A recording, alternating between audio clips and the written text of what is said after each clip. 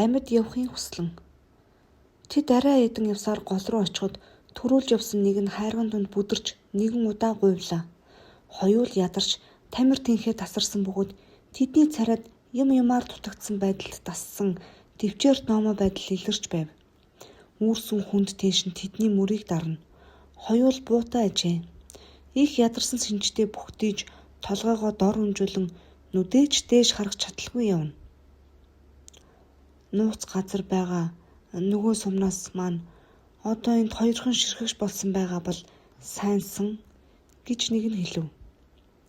Түүний дуу ямар ч сэтгэлийн илэрхийлэлгүй өхөн сонсдов. Тэр хааш яаш ярих бөгөөд чулуун дунд хөөсрөн байгаа болонгортой усанд дөнгөж гიშгсэн хамт явагч нь түүнд юу ч хариулсангүй. Сүүлчийн хүн түрүүчийнхээ нөхрийн хоноос бас л усанд хөлөө тавилаа. Голын ус мүс эдэл хүйтэн хөлийнх нь хуруу хүртэл мэдээ алдам хүйтэн байсан боловч тэр хоёр гутлаа тайлсангүй. Ус зарим газраа өвдгөөр нь татхад тэр хоёр тэнцвэрээ алдаж үе гуйвалцсан. Хоёр дахь хүн гүлгэр чулуун дээр халтарч арай л унсангүй боловч өвдсөндөө дуу алдан хөл дээрээ тогтлоо.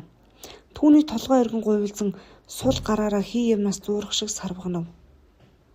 Тэр хүн биеэ тэнцвүүлэн ураг шалгасан боловч дахин гуйвалцсан арай л унсангүй. Тэгээ зогсож нөхрөө харав. Цаадах нь эргэж шаралгүй урагшлан явсаар байлаа. Тэр хүн бодолд автсан маягтай бүтэн минут хөдлөлгүй зогссноо. Хүү би хөлөө булгалжглаа гэж хашгирав. Би л болонгортой усан дундуур цааш гэлдэрч байлаа. Би л юр эргэж харсангүй. Хоёр дахь хүн араас нь харж хэдийгээр түүний царай урдын адил төв байсан боловч нүдэнд нь шархалсан буугийн нүдэнд гардаг шиг уйтгар төрлөө. Би л бүр нөгөө эрэгт гараад цааш гэлдрэв. Голын дунд зогсож хоцорсон тэр хүн нь түүнээс нүд салгалгүй ширтэн. Уруул нь айхтар хүчтэй жичгэнэхэд ширүүн живэр сахал нь хөдөлж байлаа. Тэр хүн хэлнийхээ үзүүрээр хуурай уруулаад олов. Тэгээд тэр би л гэж хашгирлаа. Энэ нь зовлонд чурсан хүний зүхэрсэн гуйлт байсан боловч би л эргэж ч харсангүй. Биелийн доголсоор бүдчин польк алхлан налуу хажуу өөд авирч тэнгэрийн хаяанд намхан гүвэний хамраар гартал тэрбээр удтал ажиглав. Тэр хүн биелийг хамар давж бараа тасартал нь түүний хойноос харлаа. Тэгээд эргэж биелийн оцсны дараа ганцаар үлдсэн тэр орчлонгийнхаа хүрээг тойруулан харлаа.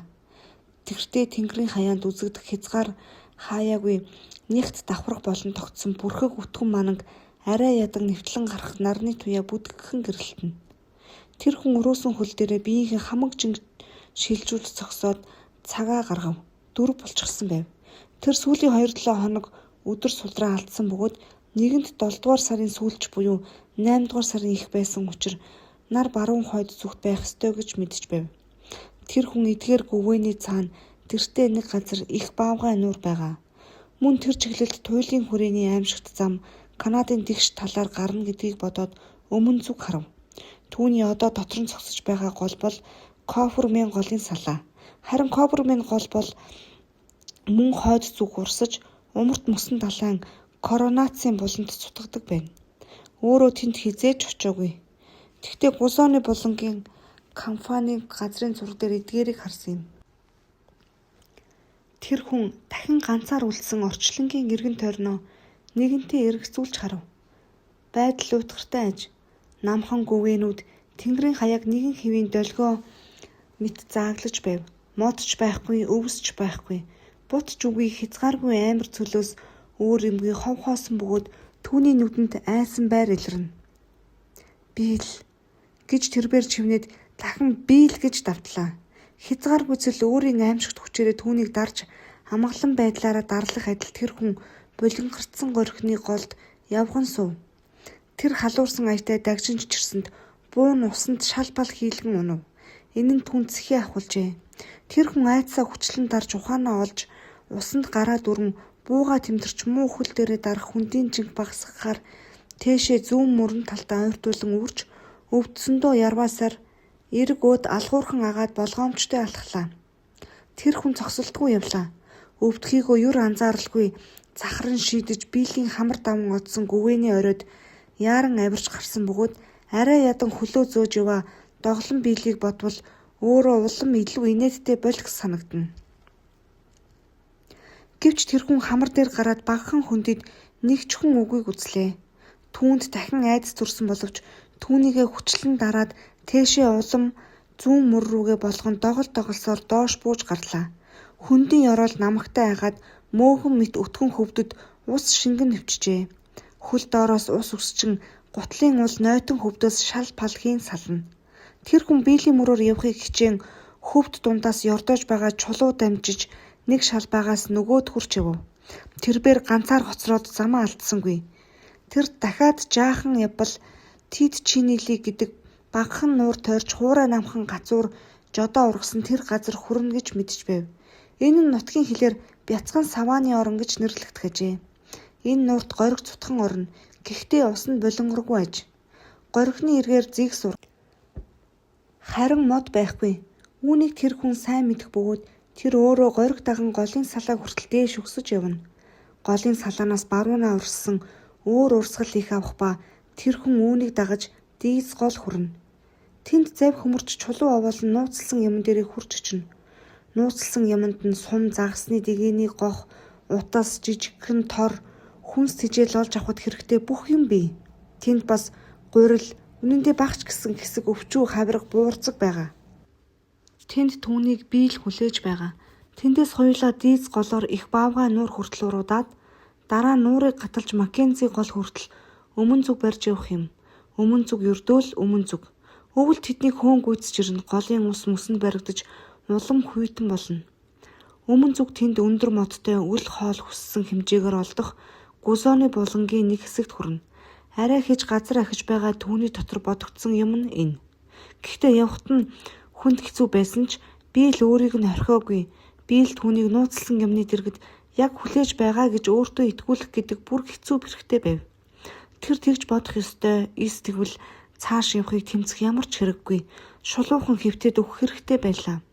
Бүүдгэр нар баруун хойд зүг алхуур далд орох үес ирж байгаа өвлөөс цугтаж өмнө зүг биелтэй зүг туулах замынхаа алхам бүрийг нэг биш удаа мань хүн дотроо төсөөлж амжлаа.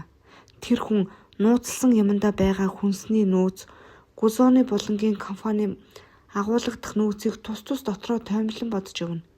Тэр сүүлийн 2 өдөр юу ч идээгүүн дээр ойрд юр цадтлаа идсэнгүй. Тэрбээр байн тонгож намгийн цайвар жимс таслан авч амандаа хийн зажилж залгина. Жимс нь усрахаг бөгөөд амандын дороо ууссан алга болж зөвхөн гашуун хатан өрөө үлдэнэ.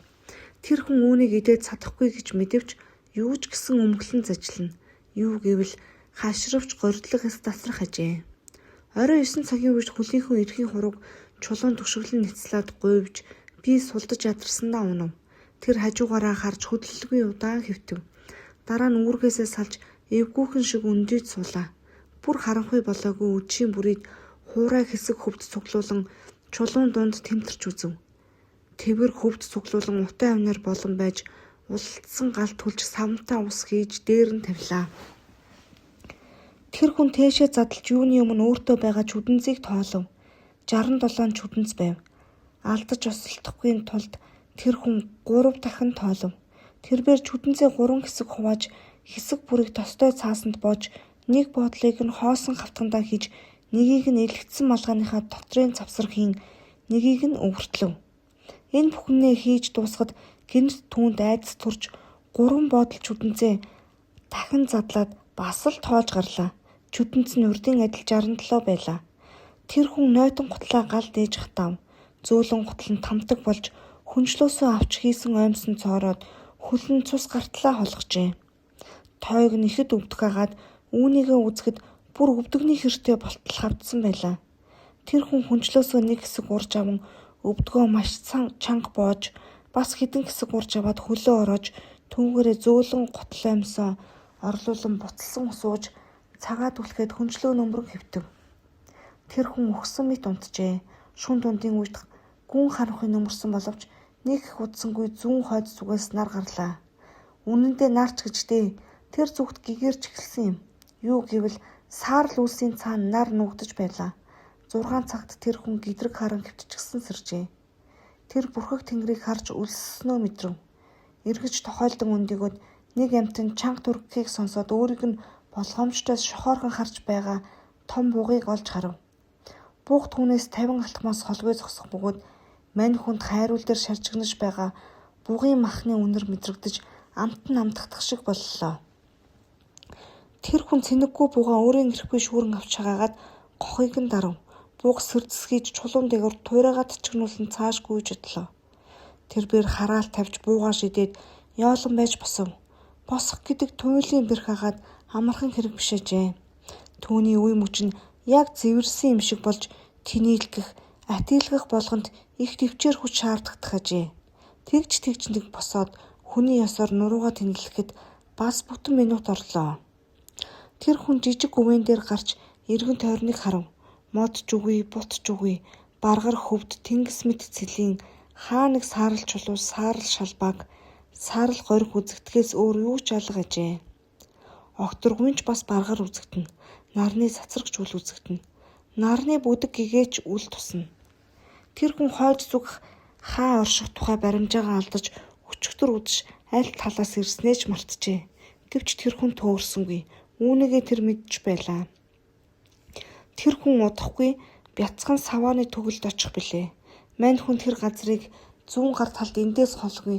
Магадгүй тэртээ үзэгдэх намхан налуу гүвэний цаан ч юм уу байгааг мэдж байв.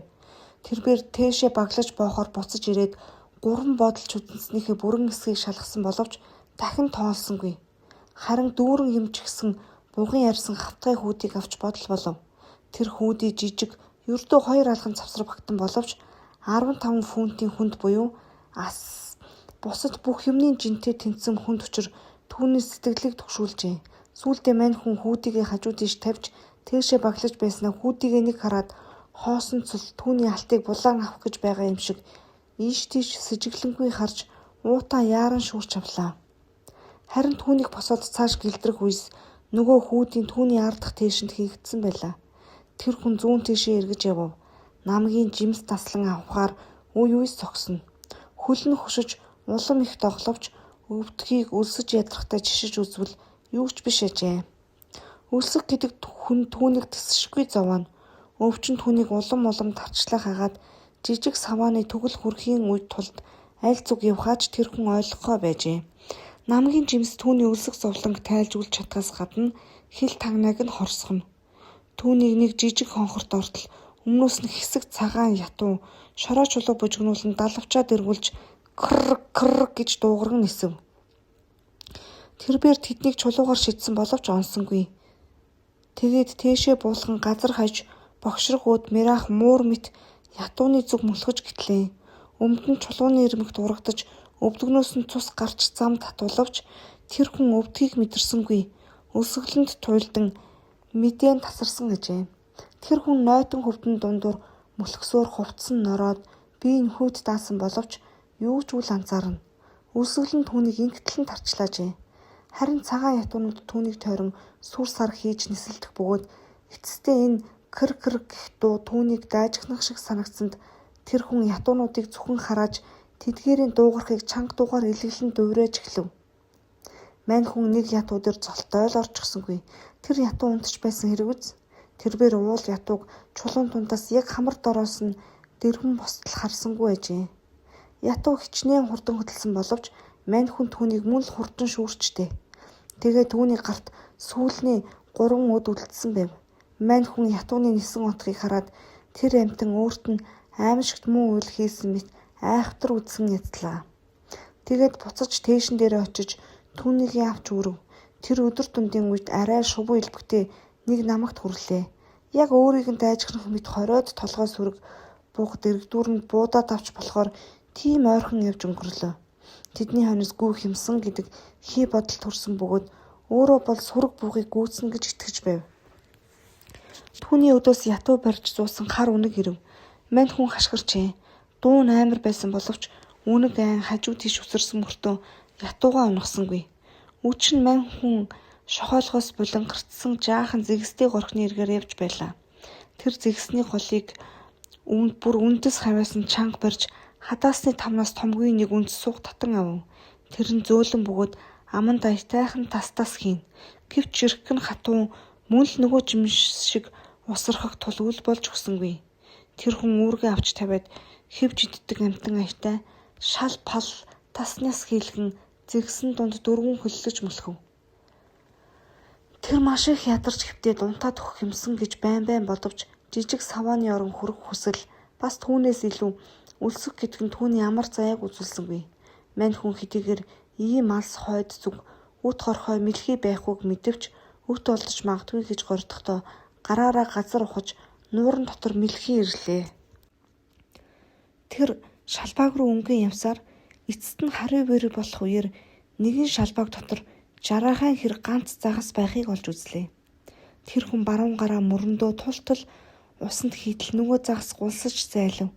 Тэгэхэд мань нэр загас барихаар хоёр гараараа оролцсонд усны ёроолын хамаг буланхыг хөдөлгсөн ажээ. Твцэндээ зог тусан усан дунаад бүслэхээ хүртэл норчхов. Улан булангартаад загасаа харж чадхаа болоод булангар арилтал усны ёроолд өөрөө хүлээгт хүрчээ. Мань хүн дахин хөөцлөж гарсан бөгөөд ус дахин булангартахын өмнө барьж авлаа. Цааш хүлцэж чадахгүй болжээ. Төмөр хувангаа тайлж аваад усыг нь шавхаж эхлэв. Анхандаа усыг нь улайр нь шавхаж маш ойрхон шал пал хийлгэж цацсан учир ус буцаад шалбагт урсан оров. Дараа нь хэдийгээр зүрх нь хүчтэй цохилж гар нь жичрэвч тайван байхыг хичээж нэлээд болгоомжтой шавхлаа. Хагас цаг өнгөрөхөд шалбагт ус бараг үлдсэнгүй. Шалбаагийн ёроолоос утгаж болохгүй байжээ. Гэтэл загас нь алга болжээ. Мань хүн бүтэн хоног шавхавч үл барагдах зэрэгэлдээ нэг томхон шалбааг ууз завсраар нь загас гарч удсан бололтой нэг зай чулуун дунд байхыг олж үзлээ. Хэрэв энэ нүхийг эрт үзсэн бол өөрөө бүр эхлээд чулуугаар бүгэлжсэн загасч түүнд баригдах байсан билээ. Тэр хүн цөхөрсөндөө нойтон газар суугаад уйлав.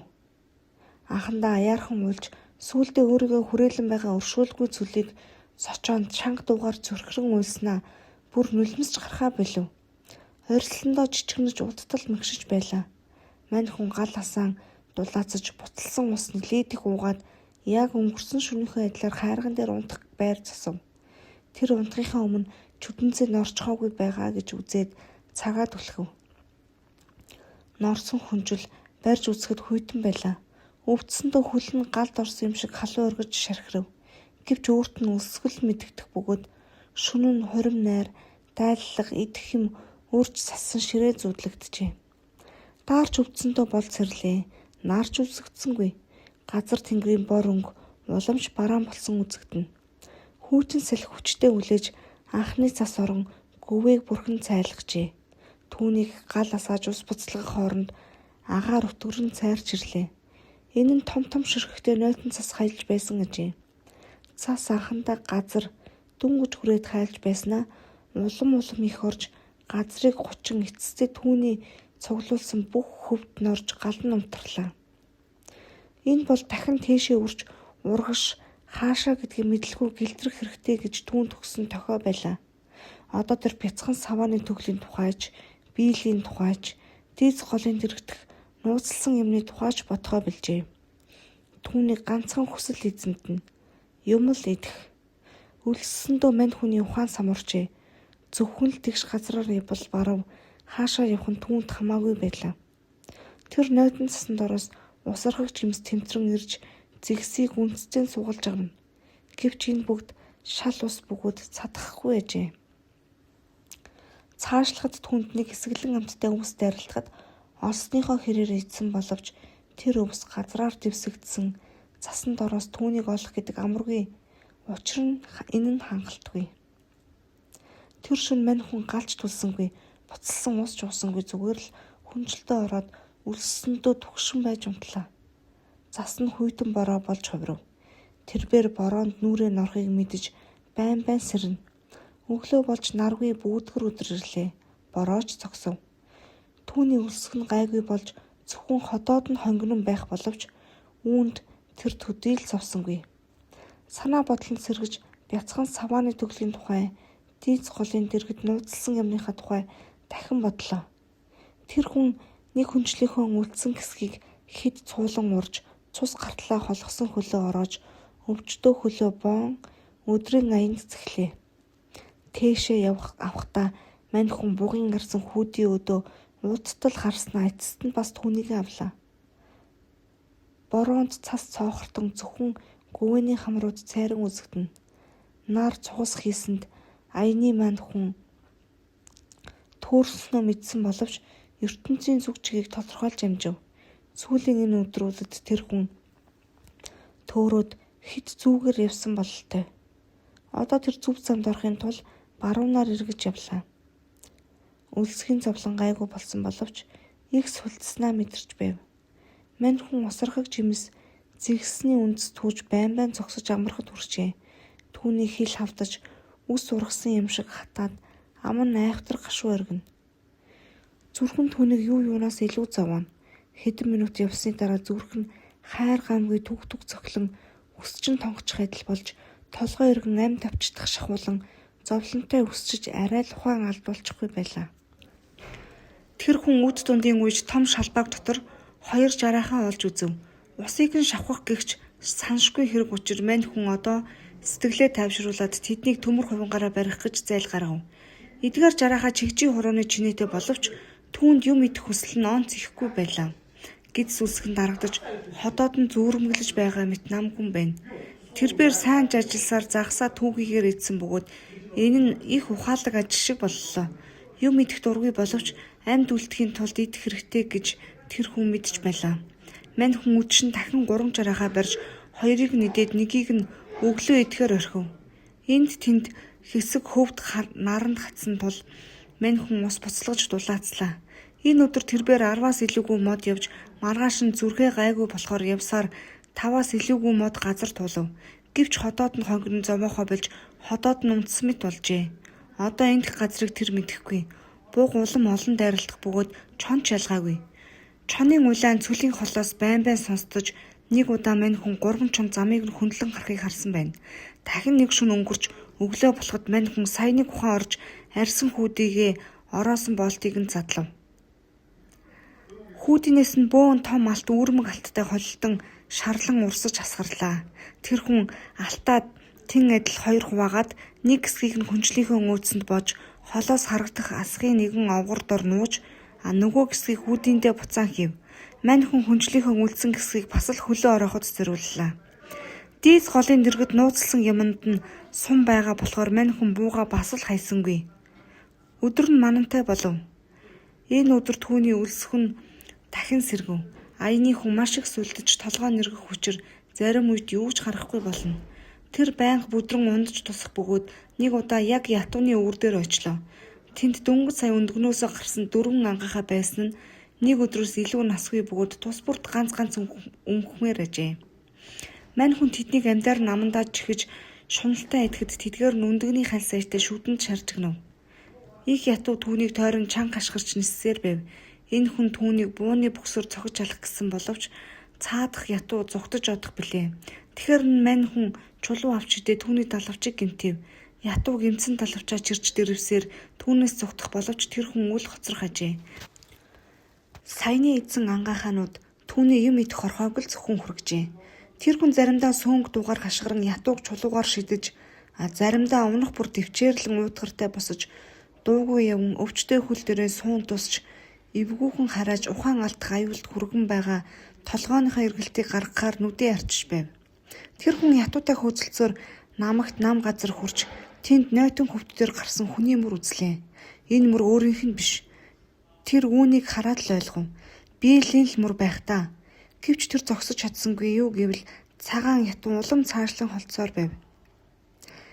Тэр эхлээд ятууг барьж дараа нь эргэж ирж мөрийг үзнэ. Мань хүн ятууг цуцаасан боловч өөрөө тамир тэнхээ тасарчээ. Ятуу нь хүн дээр амсгаадан хажуугаараа хэвтэх бөгөөд мань хүнч түүнээс 10 алхамцаад мөлхөж ойртох тэнхлэггүй хэвтэж байв. Харин мань хүнийг амарч авахд ятууч мөн амарч аваад түүний шуналтай сарвайсан гараас дэрвэн зайлж оджээ. Ингээд дахин хөөцөлдөж эхэлсэн боловч тэр үеэр харанхуй болж шувууч үзэгдэхээ болив. Мань хүн ядарсандаа үүрэгтэй хിവэр унаж хацраа шархлуулжээ.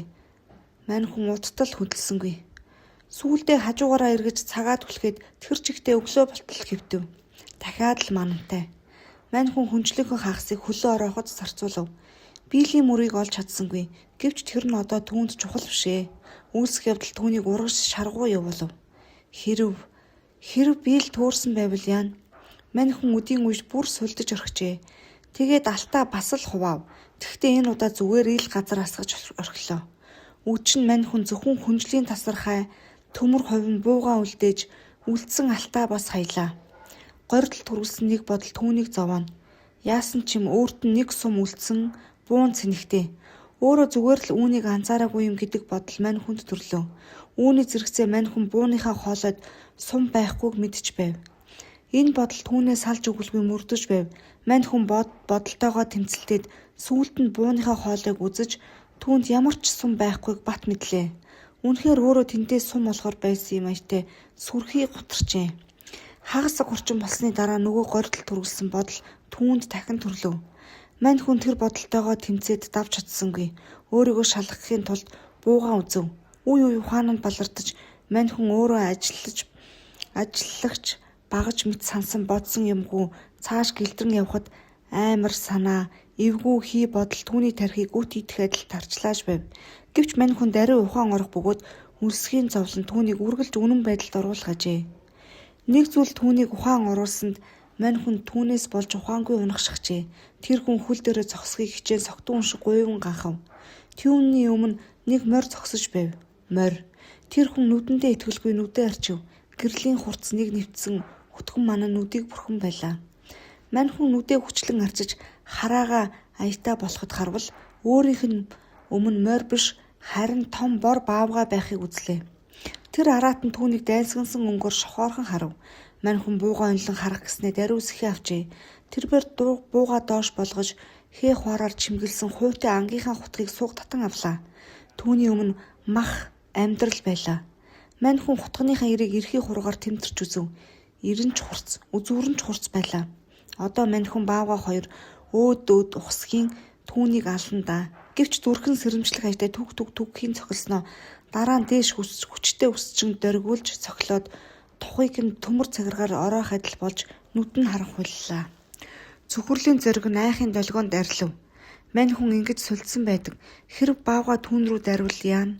Мань хүн айхтар сүртэй байхаар игцлэн цогсож баавга нүд өөд яг харлаа. Цаа дараатан ургаш болох алхан хойд хоёр хөл дээрээ босож хөрчгөнтөл дуугарав. Хэрэг энэ хүн цогтвол баавга түүнийг элдэн хөөгсөн биз. Гэвч тэр айсандаа зориг ороод байраасаа хөдөлсөнгүй. Бас амьдралтай салшгүй холбоотой түүнтэй хамгийн гүнзгий үнцээр нэг толбсон аимшиган илэрхийлсэн зэрлэг араатан адил сүртэйе хурчгнэн дуугарлаа. Түүнээс айлгүй ихц зогсон байгаа энэ хачин амтнаас айсандаа баавга сүртэй хүрхэрсээр хажуу тийш ухрав. Гэвч нөгөө хүн юр хөдөлсөнгүй. Тэр хүн аюул өнгөртөл зоонсон мэт цогсоод дараа нь халуурсан юм аятай жижигнэн нойтон хөвд дээр унав. Тэрээр хүчлэн цааш явсан боловч айдас нь арилсангүй. Энэ бол үлбэрч өгөхөөс айсан хэрэг бишээ. Одоо мань хүн үлсгэлэнгөөс амиа хамгаалах эцсийн ирмэлцлээ унтрахаас өмнө хүчин тавтаж өгөхөөс айж байлаа. Иргэн тойрон чон явж энэ цүлд зүг бүрээс чоны уйлаан сонстон иргэн тойрны агаар нь хүртэл занлаар амьсгалах бөгөөд салхинд дэрвэх майхны амыг засах мэт мань хүн тэр занлыг зайлуулахаар гараа өөрийн ирэхгүй өргөж байв. Чон заримдаа хоёроороо заримдаа гурваараа түүний замд байн тааралдаж байлаа. Гэвч тэд ойртож ирэхгүй ажээ. Чонч тийм олон байсангүй. Түүнээс гадна тэдгээр чон ямар ч эсэргүүцэл хийдэггүй буугаагнаж тассан бөгөөд энэ хачин амтан хоёр хөлөөр явах нь лав уралцаж хазалцдаг байлгүй гэж сэтгэсэн биз. Үчин мань хүн чоннуудын олзоо гүйцэж утсан газар тарааж хайсан ясан дээр орж очив. Энд цагийн өмнө бугын янзаг дүрсгүйдэн гүйж хөөцөлдөж явсан хэрэг. Мань хүн юу ч үгүй болтлоо мүлжүүлсэн боловч дотор нь байгаа эсүүд үхгээгүйгээс ягааран гэлтгэнэж байгаа ясыг харлаа. Орой гэхэд түүнээс юу ч үлдэхгүй болчихсон байж болох юм.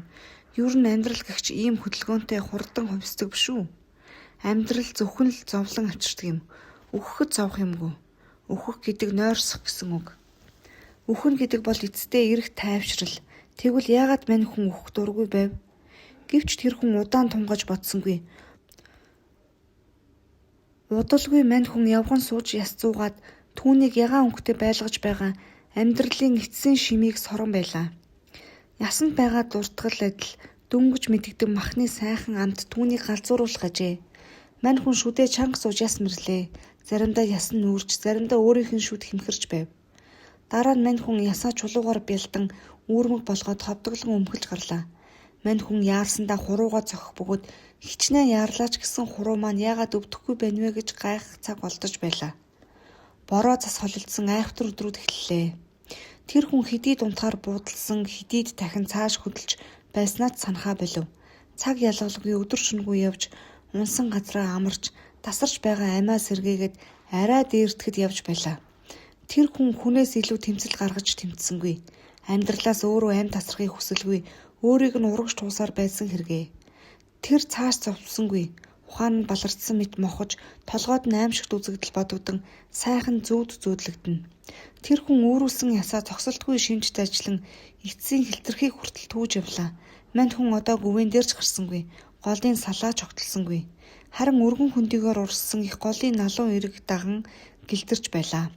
Түүний нүдэнд зөвхөн хий юм үзэгдэнэ. Санаа сэтгэл бие хоёр нь нэг дор явах боловч ер саланг юм шиг явах бөгөөд бие сэтгэл хоёрыг нь холбох утас тэгтлээ нарийсжээ. Мань хүн нэг өглөө хавтгай чулуун дээр хэвтэж байгаа тухайн орлоо. Нар хурцаар гэрэлтэн байлаа. Алсаас буугын янзганы мөөрг сонстов. Бороо салхи цас түүнд бүдэг бадаг санагдсан боловч Тэнгэрийн муухай хэдий удаан түүнийг мөрдсөн 2 хоног, 2-7 хоног гэдгийг өөрөө мэдэхгүй байв. Тэр хүн уттлал хөдлөлгүй хэвтэж өгөөмөр нарна өрөвдөн биетэн дулаанаа шингэн сайхан гэрлээ дээрээс нь тусгаж байгааг хүлээж авав. Сайхан өдрөө гэж тэр хүн бодлоо. Нар хараад зүг чигээж тодорхойлж чадах юу магад. Зовж байж хүч гархан мань хүн хажуугаараа эргэв. Тэртээ дор өргөн мөрөн алгуурхан урсаж байлаа. Тэр хүн энэ мөрнийг мэдэхгүйдээс хүрхий гайхав. Тэр хүн голын урсгалыг намуухнаар харж ажиглан уйдам нүцгэн намхан гүвэнүүдийн дундуур мөрний урсгал хэрхэн гарч одохыг үзлээ. Тэр хүн үл таних мөрний урсгалыг Тэнгэрийн хаяа хүртэл дагуулж ямар ч сонирхолгүй аажуухан хааш хэрэг ажиглаад тэр мөрнийг өнгө галбам тэнгис цутгасан болохыг олж үзлээ. Гэлээж гисэн энэ явдал түүний сэтгэлийг хөдөлгсөнгүй. Хачин юм да. Аль зэрэглээ юм уу? Аль хий үзэгдлийн бун? Сүрч одсон сэтгэлийн үр юм уу гэж тэр бодлоо. Галбалтсан тэнгист занг татан цогсоо хөлөг онгоц үзээд тэр хүн хий юм гэж уламж итгэлээ. Тэр хүн үдэ анаад дахин нэв. Хий юм арилдаггүй нь хачин юм аа. Ялтамт хэлбэл хачин юм юу болов ээжээ. Тэр хүн өөрийнх нь цэнэггүй буунд сумгийн адил үржил шимгүй энэ газар тэнгисч байхгүй хөлөг онгоцч байхгүй гэдгийг мэдхүлээ. Тэр хүн ардаа нэг юм санаач алдах шиг ханиахч биш шуугтан дуугархыг сонсов. Мань хүн хөшөж сулдсан биеэ хүчлэн байж удаанаар нөгөө хажуугараа эргэв. Ойрхон юм юу ч үтсэнгүй. Тэсвэрлэн хүлээлээ. Ахин шуугтных ханиах сонсогдоход 2 шавх чулууны завсраар өөрөөсөө 20 алхмаас холгүй газар чонын саарал толгой цухан байхыг үзлээ. Түүний үзэж байсан бусад чонын адил чихэн соотойгоогүй тэр чоны нүдэнд бүдгэрч улаанаар иргэн толгой нь арчаагүй үнсэн байлаа. Өвчтөе чон байсан байх. Үргэлж ханиаж найтайлган байв. Энэ арайч хий бодол биш дээ гэж тэр хүн бодоод одоо хий бодлын мананд хучигдаагүй байгаа ёстой ертөнцийг үзэхээр нөгөө хажуугаараа эргэв. Гэтэл тэнгисэн нөгөө хിവэрээ тэр алсад гялтганан хөлөг онгоцон ч тодхон харагдаж байв. Энэ ч жинхэнэ байж магадгүй биш үү? Мань хүн үдэ анаад бодож гарав. Эцсийн эцэст ямар учиртай болохыг ойлгов. Тэр хүн дийц голоос хөндөрөн зүүн хойшоо явсаар Коппермайн голын хөндөд очижээ. Энэ алгуур урсагч өргөн мөрөнд Коппермайн гол байж, энэ галалтсан тэнгис нь хойд мөсөн далай байж, энэ хөлөг онгоц нь Маккензи голын адгаас зүүн зүг гарсан халим агнах онгоц. Коронацийн буланд занг тавиад цогсоо хэрэг ажээ. Мань хүн урд нэг үзэж байсан Гүсоны булангийн компани газрын зургийг сантал бүх юм тодорхой ойлгомжтой боллоо. Мань хүн суугаад хамгийн хойшлуулшгүй юмсын тухай бодож гарав. Хүнчлөөсөө урж боосон бодол нь урагдаад хөл нь махандаа хүртэл шалбарчээ. Эцсийнхээ хүнчлийг зарцуулчихсан буу гутгаа гээсэн байв. Малгайч бас байдаггүй. Түүнтэй цуг дотор нь хийсэн чүдэнс ч алга болсон. Гэхдээ тостой цаасанд боож хавтгандаа хийж өвөртөлсөн чүдэнс нь байгаа. Тэр ч чийг аваагүй биз. Мань хүн цагаа харвал явж л байх. Бөгөөд 11 зааж байв. Цагаа дүлхэхийг мартаагүй хэрэг байж л дээ. Тэрбээр тайван бүрэн ухаантай байв. Тэр хүн аимшигтай сулдсан авил гайхран ер өвдөж барихаач мэдэрсэнгүй. Түүнд юм идэх дурч байсангүй. Идэх юмны тухай бодохоос түүнд бүр муухай болж түүний хийсэн юм бүхэн сүжгийн таллаар бутж байлаа. Мань хүн өмднийхөө шумгийг өвдгөө хүртэл тасалж аваад үлмийгөө ороолоо. Мань хүн яагаад ч юм хувингаа хаяагүй байв. Өөрийнх нь багцалснаар бэрхтээ зам болох хүлэг онгоцууд явах замд орхоос өмнө буцалсан юм уух хэрэгтэй байв.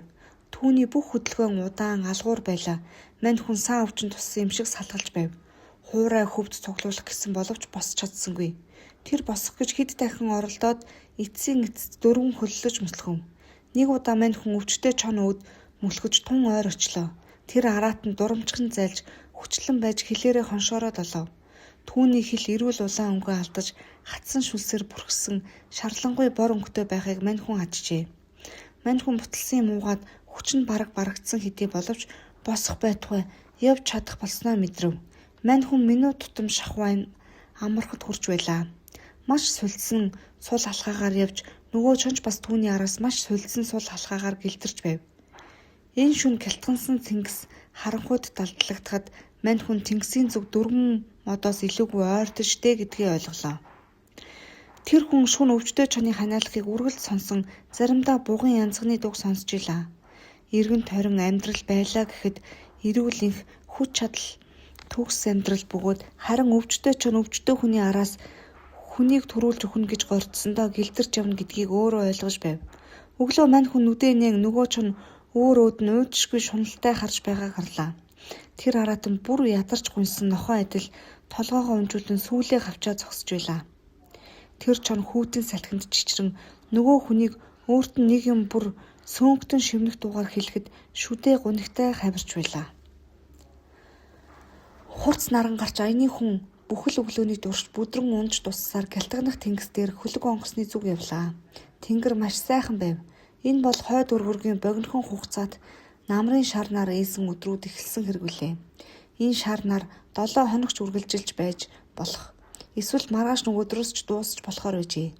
Мань хүн үдээс хойш нэг мөр үзлээ. Алхаж яваагүй харин дөрвөн хөлөж мөлгсөн өөр нэг хүний мөр байжээ. Мань хүн энэ лав биелийн мөр байх гэж бодсон боловч түүнд хамаагүй байлаа. Үнэн чанартай мань хүн ямар нэг юм мэдэрч сэтгэл хөдлөхөө болжээ. Тэр өвдөх барихаач мэдэхгүй болсон юм. Санаа ходоод хоёр нь ч зүрмэглээд байх шиг байв. Гэвч өөрт нь байгаа амьд явахын хүслэн түүнийг урагш хөөсөөр байлаа. Тэр маш их ядарсан боловч өөрт нь байгаа амьд явахын хүслэн балархыг гис хүсэх учраас мань хүн бас л намгийн жимс жараахай загас идэж буталсан юм ууж өвчтөе чоныг нүс салгалгүй айдсаар байв. Мань хүн нөгөө дөрвөн хөллөж мөлгсөн өөр хүний мөрөөр явж удалгүй түүний явсан замын эцсийг үзлээ. Чонын саврын мөр гарсан нойтон хөвд дээр мүлжүүлсэн яс байлаа. Мань хүн яг өөрт нь байсантай ижил бугын ярьсаар хийж пик дүүрэн чгсэн жаахан хүүдийн үдсэн нь чонын хурц шүтэнд урагдсан байв. Хэдийгээр суларсан хурууд нь ийм хүнд юм барих хүчгүй болсон боловч мань хүн түүнийг ургаж авлаа. Би л эцсээ хүртэл түүнийг хайсангүй. Хаа. Мань хүн бас биелийг шоолно шүү. Мань хүн амьд үлдсэн. Одоо тэрбэр гялтгансан тэнгис зогсож байгаа хөлөг онгоцууд энэ хүүдийтэй эмийг аваачна. Тэр хүн хэрэг гуаглах шиг маягтай сөөмгдсөн аимшигт эний дээр инээж өвчтөе чон уйтгартай уйлан түүнийг дуурайв. Мань хүн дороо дуугүй болов. Хэрв энэ нь биел, хэрв энэ ягаарсан ясанд биелээс үлдсэн бүх юм бол тэр яаж биелээр доог хийж болох вэ? Мань хүн буруу харав. Тийм ээ, би л түүнийг хайсан юм. Гэвч тэр хүүдийг нь авахаас биш биелийн ясыг шимэхгүй. Түүний оронд биел байсан бол тэх болов уу гэж цааш явахдаа мань хүн бодлоо. Мань хүн гэлдэрсээр жаахан нуурт хүрв. Тэгэд жараахаа ирэхээр ус өөд тонгож хатгуулсан юм шиг говьж одлоо. Мань хүн усанд туссан царайгаа олж үзжээ. Энэ дүрс маш аимшигтай бөгөөд түүний баларцсан сэтгэлийг хүртэл сэргээжээ. Бяцхан цөөрөм усан дунд 3 жараахаа хөвж явсан боловч цөөрөм нь их өөрөө ёроолыг нь гартал шавхаж чадахгүй тул жараахайг хувангаар барьж авахаар оролдсон мөртөө энэ бодлоо сүүлдээ орхив. Мань хүн ядарсандаа усанд унаж живэхүй гэж айжээ. Илсэн эрэгт гуйлан хэдий олон байсан ч мөн усанд унаж өгөхгүй гэж айснаас гуйлан тэрж гол гатлан хөвхөөс болгоомжилжээ. Мань хүн энэ өдөр хөлөг онгоц хүртэлх зайг 3 модоор хороож дараа өдөр нь 2 модоор хороосон бөгөөд одоо өөрөө биелийн адил 4 хөллөд мөлхөж байв. 5 дахь өдрийн эцэст онгоц хүртэл бас 7 мод үлдсэн. Харин мань хүн өдөрт мод газар явж чадахгүй байлаа. Намрын шарнаар одоохондоо шарсаар мань хүн нэг бол дөрвөн хөллөн мөлхөж нэг бол мдээгүй хөвтөөд түүний мөрөөр нөгөө өвчтөө чонд бас л ханиа найтай гэлтэрсээр байлаа. Хүний өвдөг үлмийн махандаа хүртэл урагдсан бөгөөд хэдийгээр түүнийгээ боох гэж цамцнаасаа 2 хэсэг урж авсан боловч түүний ард хөвд чулуун дээр улаан мөр татуулж байлаа. Мань хүн нэг удаа санамсаргүй эргээд нөгөө чон тэр цусан мөрийг шунан долоож байхыг үзээд хэрэг өөрөө тэр чоныг салбал яаж төгсхийг сэтгэн бодов. Тэгээд л амьдрал байж болох хамгийн ширүүн тэмцэл эхэлж дөрвөн хөллөн мөлхөгч өвчтэй хүн түүний араас гэлтрэгч өвчтэй чон хоёр бие биеэс болгоомжлон цүл дундуур хоёул ураг шагсаар байлаа. Тэр чон эрүүл байсан бол хүн өөрөө түүнийг ингэж эсэргүүцэхгүй байсан ч байж болох. Гэхдээ энэ муухай новшийн гидсэнд орно. Бараг орчхоод байна гэж бодох нь түүнд эвгүй ажээ. Түүнд эвгүй болов. Мань хүн дахиад дэмэрч эхлэн хий бодол мэдрэлийг нь бүрхэгдүүлээд ухаан орхон улам хоромхон болж байв. Нэг удаа мань хүн яг чихэн дээр нь нэг юм амьсгалахыг сонсоод мэдээ оров. Нөгөө ч нь гэдрэг ухарч бүдрээд сулдсандаа унлаа. Энэ нь инээдэмтэй байсан боловч мань хүн инээмсэглсэн чгүй. Тэрч байтугай мань хүн айсангүй л дээ. Айх сэтгэл түүнийг эзэмдэхэ болжээ. Гэвч ухаан нь минутын төдий саруул болсонд мань хүн элбийг бодож эхлэв. Хөлөг онгоц хүртэл дөрвөн мод түүнээс илүүгүй зай үлдсэн байв. Тэр хүн манан бүрхсэн нүдээ харчиж хөлөг онгоцыг тодхон харж гялалцах тэнгисийг огтлон яваад цагаан талбайд завигч олж үзжээ. Гэвч энэ дөрвөн мод газрыг туулах хүч түүнд байсангүй. Тэр үүнийгээ мэдээд тайван байлаа. Мань хүн одоо хагас мод газар ч хөмөглөх чадахгүйгээ мэдж байв. Хилээж гисэн амьд явахын хүслэн хэвээр байжээ. Хүчнөөн зовлон үтсний эцэст үхэн гэвэл тэнэг хэрэг бусуу. Ховь заяан түүнээс хит хэм шаардна. Тэр хүн үхэж байгаа ч гэсэн үхэлд бууж гсэнгүй. Энэ нь туйлын ухаангүй хэрэг байж ч болно. Гэвч тэр хүн үхлийн саварт орчхоод үхлийг тэмцэлд уриалан үхэлтэй тэмцэж байлаа. Мань хүн нүдээ ханаад хамаг хүчээ хэмжээгүй нямбайлан хуралдуулав. Тэр хүн түүний бие цогцсыг усны хайлаг адил нөмрөн байгаа эвгүй бодол давтахгүй хичээн сэтгэлээ чангалж байв. Энэ бодол долгион адил босож түүний ухааныг самууруулах ажээ. Тэр хүн ухаан алдаж хөвж гарахаар хүчилж үе живэх мэт болох авч үл тайлагдах маягаар үлдсэн сэтгэл зөргийнх нь хүч түүнд дахин хөөрч дээш гарахт нь тусалж байв. Мань хүн гэдрэг харан хөдлөлгүй хөвтөөд чонын хэрчгэнсэн амьсгаа ойртож ирэхийг сонсож байлаа. Тэр амьсгаа улам ойртсон нь мэдэгдэж цаг хугацаа хязгааргүй унжрах боловч мань хүн нэг ч удаа хөдөлсөнгүй. Одоо амьсгаа нь яг чихэн дээр сонсогдлоо. Хуурай хатуу хил хацрыг зүлгүүрээр зүлгэхэд л урлаа. Түүний гар дээш болж үгүй гэхнээ гараа дээш болгох гэсэн байх. Хуруу натгагдсан боловч хоосон агаар бацлаа. Удаан итгэлтэй хөдөлгөхөд хүч чадал хэрэгтэй боловч түүнд хүч чадал байсангүй. Чон нь төвчээртэй гэвч хүн нь түүнээс дутуугүй төвчээртэй байв.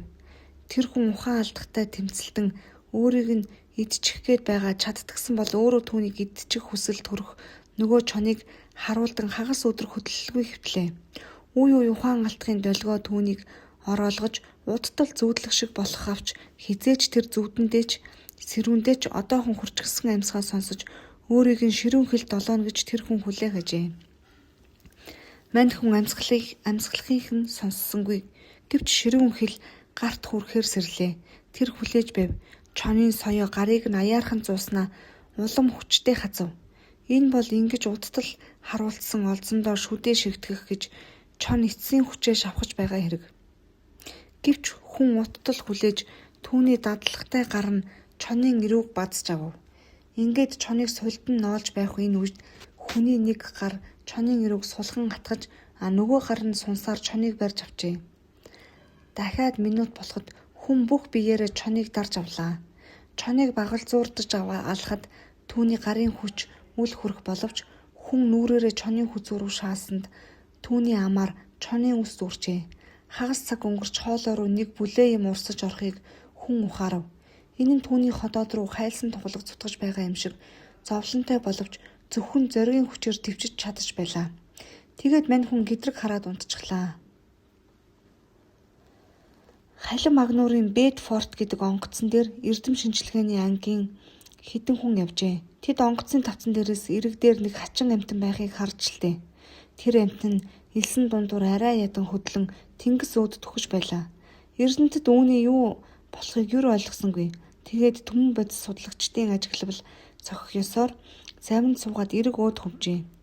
Тэд амьд амьтан үтсэн боловч түүнийг хүн гэж нэрлэж болохооргүй ажээ. Тэр амьтан юу ч сонсохгүй, юу ч ойлгохгүй, асар том үт адил элсэн дээр атирч ихвэрлдэж байлаа. Тэр амьтан ураг шахиж бараг үл чадавч огтгон чухралгүй ятраг мурчгансаар цагт 20 талхан муршглах ажээ.